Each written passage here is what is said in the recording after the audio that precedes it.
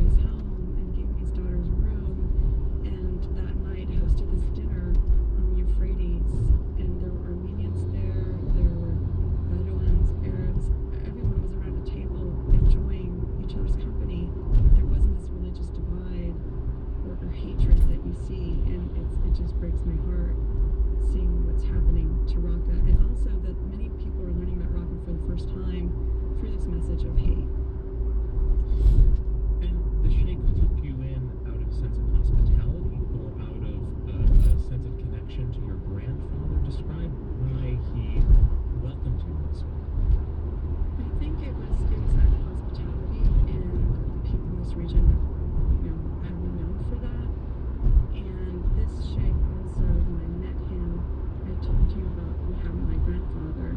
And the people in this region know what happened to Armenians. These stories have been handed down in their families of, the mass graves that have been in that area, or the Armenians that were taken in by the different clans. And when I told this Bedouin Sheikh in Raqqa that I wanted to find the clan that saved my grandfather's life, and it was somewhere in the region, this Sheikh all of a sudden called someone else, and this person came over, and all of a sudden had two phone lines, and started calling all over the region to try to find this clan. And it was an incredible moment for me to watch this happen, because it was really a pipe dream. And all of a sudden they narrowed it down, and they said, "We found them. Can you go tomorrow?" And I said, "Yes, please take me to them." Have you kept in touch with any of the people you met in that part of Syria? Sadly, the Bedouin Sheikh died in 2009 when I returned for the second time to Syria, to that region. But I do keep in touch with the clan that saved my grandfather's life, and now since the war began, communication has been really difficult, but one of them has left the region and became a refugee, just like my grandfather. Wow. And gone where? He made it to Europe and was part of the sea of refugees, going from boat from Turkey to Greece, and just what we're seeing in the newspaper. And he's trying to start his life anew there, just like my grandfather did when he came to this country many years ago.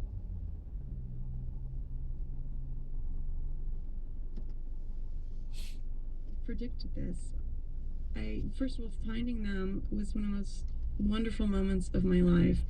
But then when the war broke out, and one of them told me, and this was even before the Islamic State took over the territory, just dealing with famine and seeing corpses in the street and really struggling to survive, he said, "We now know what your grandfather went through." He said that to you? He did, and it just, I don't even know what to say. It's heartbreaking, because I don't want anyone else to ever have to go through what my grandfather went through.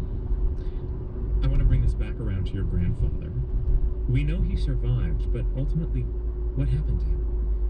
Well, he came to New York with my mother and my aunt in 1930, and he opened a candy store on 133rd in Amsterdam. And he worked around the clock, and then during World War II, he moved to Los Angeles, and they kind of steadily started investing. He bought a few apartment buildings, and by the time he was in his 80s, he was still climbing onto the roof and fixing the roof. Yeah, he achieved his dream in the United States and was always so happy to be here. He would play "God Bless America" on his accordion. If your grandfather were alive today, is there a question you would want to ask him? I would ask him what he would want for people to learn from his story. And I believe it's about having history not repeat itself. We have to stop having history repeat itself. Dawn Anahid-Makin is the author of The 100-Year Walk, an Armenian Odyssey. Thanks so much for talking with us. Thank you so much, Ari. It's been a pleasure. And you're listening to All Things Considered on WNYC. Republican House Speaker Paul Ryan is urging members of his party to address the issue of poverty. Here's NPR's Susan Davis. He said to his colleagues that if Republicans want to be a national governing party, they need to be able to talk about topics that they have historically shied away from. Just ahead, a report from Baltimore where House and Senate Republicans are holding an annual retreat. That's coming up after news headlines. Tonight, mostly cloudy, lows in the low 30s, and tomorrow, Friday, partly sunny, highs in the upper 40s. Right now, 35 degrees and overcast in Central Park at 5:30. Nigeria, once a land of hope. Today, there's hope once again. Nigeria has an incredibly young population, and they don't carry the same emotional baggage, the same sense of ethnic rivalry that their parents and grandparents carry. The richest nation in Africa has a second chance after 50 years of coups, violence, poverty, and insurgency. That's next time on The Takeaway, weekday afternoons at 3 on 93.9 FM.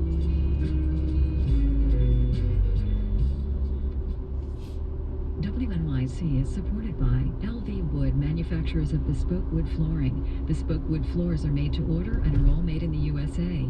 The New York showroom at 24 West 20th Street is open to the public. More at lvwood.com. NJPAC, presenting an evening of storytelling and personal life stories with Garrison Keillor on January 24th at 7 p.m. Tickets and more information at njpac.org. From NPR News in Washington, I'm Dwayne Brown. A federal judge in Chicago signed off on the release of video showing the shooting of a black 17-year-old carjacking suspect by a white police officer. NPR's Cheryl Corley says the victim's family believes the video will counter the city's narrative. Chicago's been embroiled in protests since the release of a 2014 video showing a police officer fatally shooting a teenager. This shooting of 17-year-old Cedric Chapman occurred a year earlier. Video from surveillance cameras had been under seal while the shooting was investigated. Brian Kaufman, an attorney for the Chapman family, says Chapman did not pose a threat to the two officers who said the 17-year-old had pointed a dark object at them. What you're going to come away with is you're going to see a young kid running away from the police in broad daylight, and he is shot and killed. City attorneys say the city agreed to the release in an effort to be more transparent. Cheryl Corley, NPR News, Chicago. At least 3 people will be sharing in a $1.6 billion Powerball prize. There were 3 winning tickets in last night's drawing. 1 ticket was sold in Tennessee, 1 in Florida, and the other in Southern California at a 7-Eleven store in Chino, owned by Bulber Ottawal, who says a friend called to tell him the good news. Next thing, I was watching TV, and there you go, it was my store. And I come here, and my store was full with my neighbors from here, so it was so nice. Everybody come from my neighborhood. Ottawal will get a $1 million bonus for selling one of the 3 winning tickets in last night's Powerball drawing. He says he will share it with charity, family, and friends. A rare January hurricane has formed far off in the Atlantic, and U.S. officials say it's the first hurricane to form in the month of January since 1955. A hurricane warning has been issued for the Azores.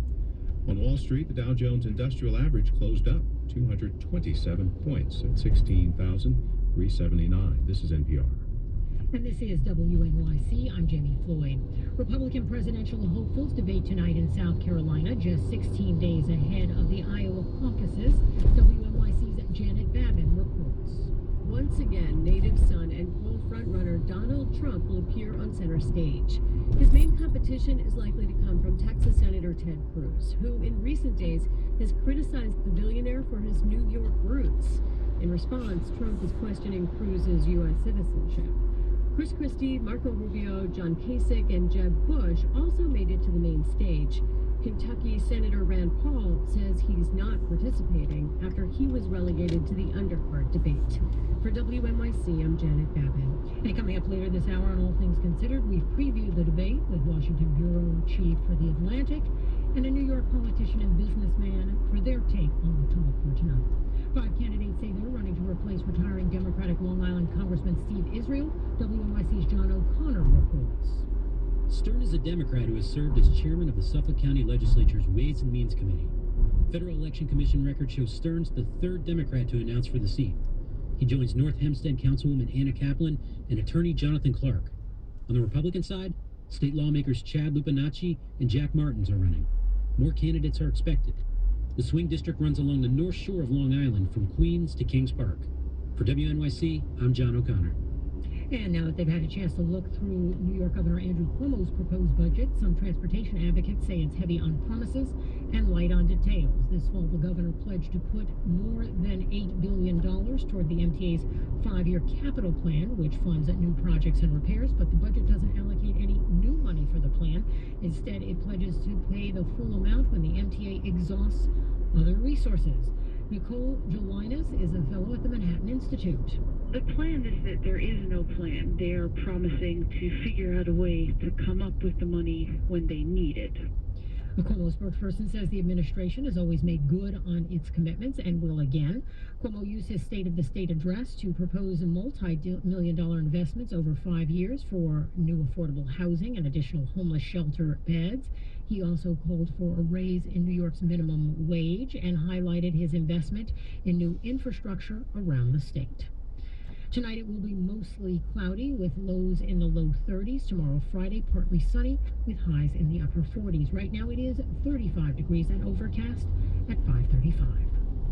Support for NPR comes from member stations and from Progressive Insurance, with insurance for cars, home, boat, motorcycles, RVs, and commercial vehicles at 1-800-PROGRESSIVE and Progressive.com. And Robert W. Baird & Company, a financial partner keeping clients' best interests in mind since 1919. BairdWealth.com has more information. This is All Things Considered from NPR News. I'm Ari Shapiro in Washington. And I'm Kelly McEvers in Culver City. A work retreat can bring people together, or not. For House and Senate Republicans, their annual 3-day retreat has some added pressure. It's an election year. That means along with plotting out their own agenda for the year, they also need to consider how the unpredictable race for the Republican presidential nominee could throw them off track. NPR's Susan Davis joins us from the retreat in Baltimore to talk about what we can expect in 2016 from Capitol Hill. And Sue, what are some of the ideas that Republicans are talking about there that might actually get a vote in Congress this year?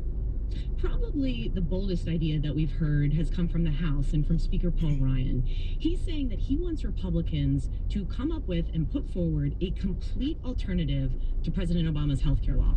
I mean, Republicans' opposition to that healthcare law is very well known. I mean, why is this so important now? So Republicans have voted to repeal some or all of the president's healthcare law at least 60 times. What they have never done is put forward how they would do it differently. And part of Paul Ryan's message to his colleagues here is, if we want America to trust us with the White House, we need to actually show them a complete alternative policy vision to how this country should be run. We also know that one of the issues that Republicans are talking about is poverty. Why are they talking about that now?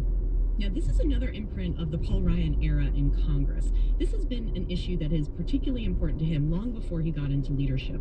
When he was a rank-and-file member, he went on a national listening tour about the issues of poverty and the causes of it. As you know, recently he hosted a presidential candidate forum in South Carolina to get candidates to talk about this very issue. And he said to his colleagues that if Republicans want to be a national governing party, they need to be able to talk about topics that they have historically shied away from. Poverty is one of those topics. It's an area where the Democratic Party has long been seen as a party that's come up with solutions to addressing poverty, programs that have helped the poor, and largely seen as Democratic constituencies. And Paul Ryan is saying, look, we need to be able to compete on those grounds, and we need to get comfortable talking about these issues. Let's talk about the elephant in the room. I mean, isn't the Republican agenda really going to be set by the presidential nominee and not by Congress? Right, so that's part of the intrigue of this year's retreat. Republicans say they're not going to take a back seat to defining conservative agenda in this election year. What they're not saying is that if the nominee is Donald Trump, someone who has offered policies that many Republicans oppose, for instance, when he said that we should ban Muslims from entering the country, Republicans say, we're also on the ballot this year, and we have to come up with our own ideas to campaign on to differentiate ourselves from the nominee if it is Trump. Senator John Thune, he's a Republican from South Dakota.